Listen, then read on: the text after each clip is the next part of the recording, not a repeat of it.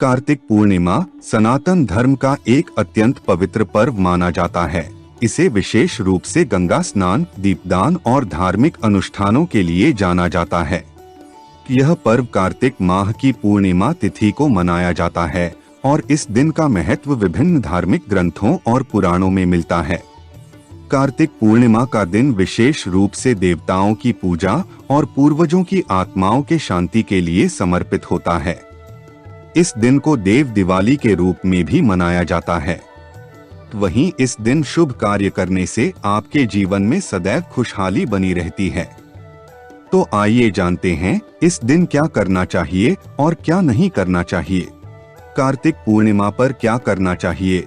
अगर हम कार्तिक पूर्णिमा के दिन किए जाने वाले कार्यों की बात करें तो आपको इस दिन कुछ ऐसे कार्य करने चाहिए जिसका फल आपके जीवन में सकारात्मक हो सके।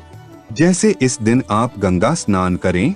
मान्यताओं के अनुसार इस दिन गंगा नदी में स्नान करने का बहुत अधिक महत्व है। ऐसा माना जाता है कि इस दिन गंगा में स्नान करने से सभी पापों से मुक्ति मिलती है और पुण्य की प्राप्ति होती है। साथ ही गंगा स्नान करने से शरीर और आत्मा को शुद्धि मिलती है और भगवान विष्णु की कृपा प्राप्त होती है। यदि किसी वजह से आपके लिए गंगा नदी तक पहुंचना संभव नहीं हो तो घर में पानी में गंगा जल मिलाकर स्नान करें और स्नान के बाद भगवान विष्णु की आराधना। कार्तिक पूर्णिमा पर करें भगवान विष्णु की पूजा। जानकारी के अनुसार इस दिन भगवान विष्णु के पूजन के लिए अत्यंत उपयुक्त समय माना जाता है। इस दिन विशेष रूप से भगवान विष्णु की पूजा और आराधना से विष्णु जी का आशीर्वाद मिलता है। साथ ही इस दिन विशेष रूप से श्री विष्णु सहस्त्रनाम का पाठ भी करना फलदायी माना जाता है। भक्तों के लिए यह दिन विशेष रूप से मनोकामनाओं की पूर्ति का अवसर होता है, इसलिए इस दिन किया गया विष्णु पूजन विशेष रूप से फलदायी होता है। कार्तिक पूर्णिमा पर दीपदान करें। मान्यताओं के अनुसार इस दिन दीपदान करना अत्यधिक शुभ माना जाता है। इस दिन दीप जलाकर घर के आंगन, मंदिरों और नदी के किनारे दीपदान किया जाता है। ऐसा माना जाता है कि इन दीपों से घर में सुख, समृद्धि और शांति का वास होता है। विशेष रूप से इस दिन नदियों के किनारे दीप जलाने से जीवन के अंधकार को दूर किया जाता है। कार्तिक पूर्णिमा पर दान जरूर करें। वही कार्तिक पूर्णिमा के दिन आपको दान अवश्य करना चाहिए। इस दिन जरूरतमंदों को अन्न या धन दान में दें। यदि आप गरीबों को वस्त्रों का दान करते हैं तो और भी फलदायी होता है।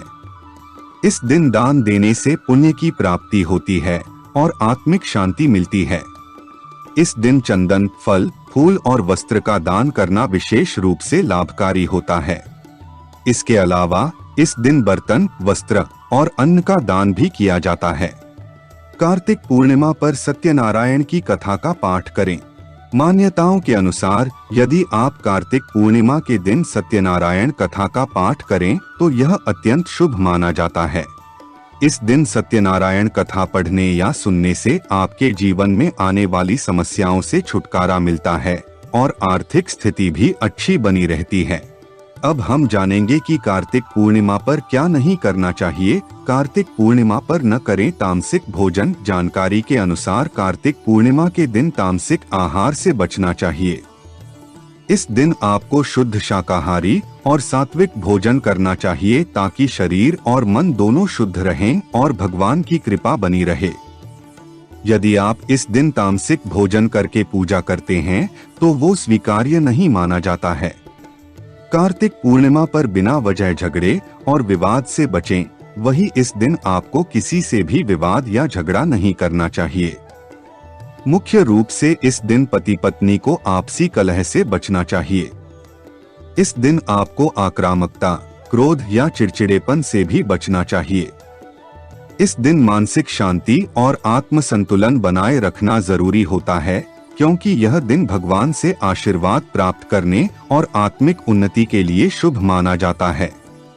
कार्तिक पूर्णिमा के दिन यदि आप इन नियमों का पालन करते हैं तो आपको शुभ फल प्राप्त होते हैं और जीवन में सकारात्मकता बनी रहती है।